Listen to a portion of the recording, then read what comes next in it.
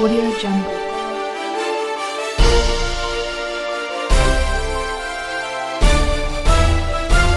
Audio Jungle. అభివృద్ధి చెందిందని, అది మన కళ్ళ ముందే కనిపిస్తుందని ప్రజలు అంటున్నారు. అయినా కూడా బీఆర్ఎస్ ఎందుకు ఓడిపోయింది? మిగతా సిటీలను చూసుకుంటే మనది హైదరాబాద్ బాగా వెనుకబడ్డ పరిస్థితి ఉంది. కాంగ్రెస్ వాళ్ళు మాయమాటలు చెప్పారు, అనేకమైన సాధ్యం కాని మాటలు చెప్పారు, అబద్ధాలు చెప్పారు. వాళ్ళందరూ కూడా అసలు అడ్రస్ లేకుండా పోయే పరిస్థితి ఉంటుండే. అంటే ఈ రోజు టిఆర్ఎస్ పార్టీకి బలమైన నాయకత్వం కేసీఆర్ గారి నాయకత్వంలో ఉన్నది. ఈ రోజు టిఆర్ఎస్ పార్టీకి బలమైన నాయకత్వం కేసీఆర్ గారి నాయకత్వంలో ఉన్నది. Audio Jungle.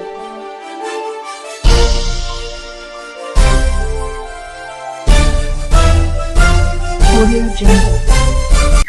నమస్కారం సార్. ఈరోజు రానున్న లోక్సభ ఎన్నికల కోసం ఈరోజు ఎన్నిస్ సందర్భంగా మీతో ఇంటర్వ్యూలో పాల్గొనడానికి సంతోషంగా ఫీల్ అవుతున్నాను. మనందరికీ తెలిసిందే సార్, బీఆర్ఎస్ ప్రధాన కార్యదర్శి, ఎక్స్ చైర్మన్. సో సార్, కొన్ని క్వశ్చన్స్ ఉన్నాయి ప్రజల తరఫు నుంచి, దానికి కొంచెం క్లారిఫికేషన్స్ కావాలి. సో మొట్టమొదటి ప్రశ్న, హైదరాబాద్ చాలా అభివృద్ధి చెందిందని, అది మన కళ్ళ ముందే కనిపిస్తుందని ప్రజలు అంటున్నారు. అయినా కూడా బీఆర్ఎస్ ఎందుకు ఓడిపోయింది? ముందుగా ఎన్ఏ ఛానల్ కు మీకు ప్రత్యేకమైన నమస్కారాలు. అయితే హైదరాబాద్ ను చూస్తే తెలంగాణ రాకముందు సమైక్య రాష్ట్రం లోపల పరిపాలన చేసిన పాలన లోపల ఎన్ని రకాల హైటెక్ అన్నారు, ఈటెక్ అన్నారు, ఆటెక్ అన్నారు, ఎన్నైనా కూడా అభివృద్ధిలో మాత్రం వెనుకబడ్డ పరిస్థితి ఉంది. అంటే మిగతా సిటీలను చూసుకుంటే మనది హైదరాబాద్ బాగా వెనుకబడ్డ పరిస్థితి ఉంది. ఈడ గౌరవ ముఖ్యమంత్రి గారు తెలంగాణ సాధించిన తర్వాత ఏదైతే కేటీ రామారావు గారు ఐటీ మంత్రి అయిన తర్వాత మున్సిపల్ మంత్రిగా, ఐటీ శాఖ మంత్రిగా ఆయన బ్రహ్మాండంగా యువకుడు కాబట్టి బాగా అభివృద్ధి చేయగలిగాడు. అభివృద్ధి అంటే కూడా అసలు ఊహించని అభివృద్ధి జరిగింది.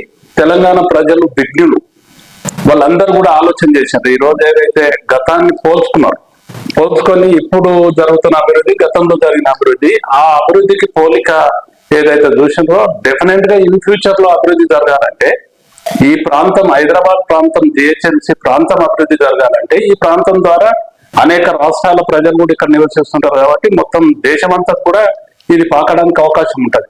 కాబట్టి అట్లా ఆ విధంగా అభివృద్ధి చెందడానికి బీఆర్ఎస్ పార్టీ మాత్రమే ఏకైక సాధనం అని చెప్పి వాళ్ళు ఆలోచన చేసి కేసీఆర్ గారి నాయకత్వం లోపల హైదరాబాదు, ఈవెన్ రంగారెడ్డికి సంబంధించిన జిహెచ్ఎంసీలో ఉన్న కాన్స్టిట్యూన్సీలు అన్నింటినీ కూడా పెద్ద ఎత్తున మెజార్టీతో గెలిపించడం జరిగింది, ప్రజలు తీసుకురావడం జరిగింది.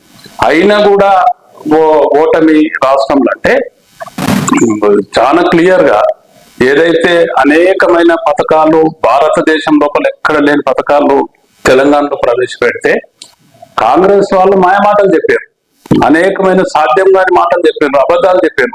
ప్రజలు కొంత గ్రామీణ ప్రాంతం లోపల కొంత నమ్మిన మాట వాస్తవం, నమ్మడంతో ఈ రోజు మళ్ళా 5 నెలలు కూడా కాలేదు, ప్రజలంతా కూడా తిరుగుబాటు చేస్తున్న పరిస్థితి ఉన్నది. ఆ విధంగా ఉన్నది తప్పిస్తే హైదరాబాద్ బ్రహ్మాండంగా అభివృద్ధి జరిగింది. Thank you sir. సో ఇంకొక ప్రశ్న, ప్రజలు అంటున్నారు బీఆర్ఎస్ లో గ్రామీణ ప్రాంతంలో నాయకత్వ లోపం ఉందని చెప్పేసి, దాన్ని మీరు ఎలా చూస్తున్నారు?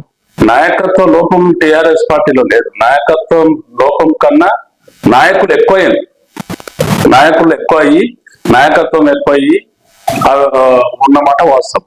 నాయకులు ఇప్పుడు మొన్న కూడా చూస్తే కొంత అక్కడక్కడ కొందరు పోయిన పరిస్థితిని కూడా చూస్తే అంత జరిగినా కూడా ఇప్పటికి కూడా మా తాను ఫ్లో చాలా పెద్ద ఎత్తున ఉన్న పరిస్థితి ఉన్నది. ఎక్కడ కూడా నాయకత్వ లోపం అనేది ఎక్కువ. ఈవెన్ ఉద్యమం టైంలో కూడా లేదు. ఒక్కటి మేము చేసిన ఏంటి అంటే మా నాయకుడు కూడా చాలా క్లియర్ గా ఇది రాజకీయ పార్టీగా రూపాంతరం చెందింది. రాజకీయ పార్టీ ఏర్పడ్డ తర్వాత ఏదైతే తెలంగాణ రాష్ట్రం ఏర్పాటైనాక ఫస్ట్ రాజకీయ పొలిటికల్ పార్టీ అని చెప్పి ఏదైతే అనౌన్స్ చేసేసి అందరూ కూడా కన్మరుగైన లీడర్. ఇప్పుడు పేర్లు చెప్తే మొన్నటికున్న మంత్రి చేసిన దేవాదాయ శాఖ మంత్రి చేసిన ఆదిలాబాద్ అయినా పోయింది. అట్లనే తీసుకుంటే ఇక్కడ మినిస్టర్స్ చేసిన వాళ్ళు కూడా, ఇక్కడ ఎంపీలు చేసిన వాళ్ళు కూడా, నీకు కేశవరావు మొత్తం టోటల్ ఫ్యామిలీ అంతా ప్యాకేజ్ ఉండేది, ఆయన ప్యాకేజ్ పెట్టుకొని చేసుకున్నాడు. ఆ విధంగా వాళ్ళ అంతమైపోతున్న వాళ్ళని కూడా తిరిగి తెలంగాణ వచ్చిన తర్వాత ఈ పార్టీలో చేర్చుకొని ప్రభుత్వంలో వాళ్ళకు కీలక బాధ్యతలు అప్పచెప్తే వాళ్ళందరూ కూడా, ఈవెన్ కడియం శ్రీహరి అయితే ఎంత దూరం ఆ విధంగా చూసుకుంటే వాళ్ళందరూ కూడా అసలు అడ్రస్ లేకుండా పోయే పరిస్థితి ఉంటుండే. అంటే రాజకీయంలో ఎప్పుడు కూడా ఒక సురగాలి అనేది రావడం జరుగుతుంది. అంటే కాంగ్రెస్ వాళ్ళు నిరంతరాయంగా పరిపాలన చేస్తున్నప్పుడు ఆ రోజు ఎన్టీ రామారావు వచ్చాడు. ఆ సురగాలిని చాలా మంది నాయకులు కొట్టుకుపోయారు. ఆ తర్వాత జరిగిన తెలంగాణ ఉద్యమం ఏదైతే జరిగిందో, తెలంగాణ ఏర్పాటైన తర్వాత కూడా 14లో గవర్నమెంట్ వచ్చింది. గవర్నమెంట్ వచ్చినాక వీళ్ళు ఉన్న ఉద్యమకారులను బలంగా చేసింటే సరిపోతుండే, కానీ కాకపోతే ఆ పార్టీలు ఉన్న ఈ పార్టీలు ఉన్న వాళ్ళు బట్టలు తీసి సిల్కోయకంటే కంప్లీట్ అయిపోయింది మాదిగా అని చెప్పి బంద్ అయిన వాళ్ళని తీసుకొచ్చి మళ్ళీ కొందరు చేస్తే వాళ్ళు బలవంతులు అయ్యేసేసి వాళ్ళ ఉన్న నిజస్వరూపాన్ని వాళ్ళు చూపించేసి మళ్ళా పార్టీలు వదిలే అక్కడిక్కడ పోయిన పరిస్థితి చూసినాం. కానీ ఈ రోజు టిఆర్ఎస్ పార్టీకి బలమైన నాయకత్వం కేసీఆర్ గారి నాయకత్వంలో ఉన్నది. ఇంకొకటి కూడా అండి, మీరు బాగా గమనించాలి, ఎప్పుడైతే మన ఆది నాయకుడు వీకుంటే ఈ విధమైన పరిస్థితులు ఉంటాయి. కేసీఆర్ గారు ఎప్పుడు కూడా నాయకత్వాన్ని పెంచి పోషించే నాయకత్వాన్ని ఏర్పాటు చేసుకొని, ఎక్కడ ఉద్యమంలో ఎక్కడ కూడా కొన్ని ప్రాంతాల్లో అస్సలు లేకుంటే కూడా అక్కడ వెళ్ళి కూడా నాయకత్వం పెంచుకున్నాడు. అంటే నాయకుడు గట్టిగా ఉన్న పరిస్థితి లోపల ఎంతో మంది ప్రొడక్ట్స్ బయటకు వెళ్తారు, ఎంతో మంది యువకులు బయటకు వెళ్తారు. ఆ విధంగా జరుగుతుంది. నాయకత్వ లోపం అనేది ఎక్కడ లేదు. కాకుంటే ఎంత పర్సంటేజ్, నారో పర్సంటేజ్ ఇలా బీఆర్ఎస్ పార్టీ ఓడిపోవడం జరిగింది.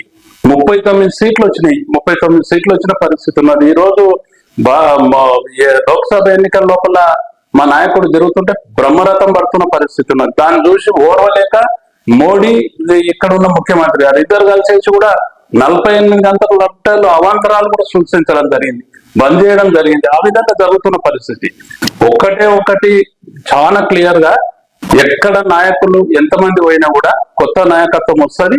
బ్రహ్మాండంగా నాయకత్వం ఉన్నది. బీఆర్ఎస్ పార్టీకి నాయకత్వ లోపం లేదు, ఏది కూడా లేదు. ఆది నాయకుడు కేసీఆర్ గారు ఉన్నంత వరకు ఎక్కడ కూడా ఇబ్బంది జరగదు.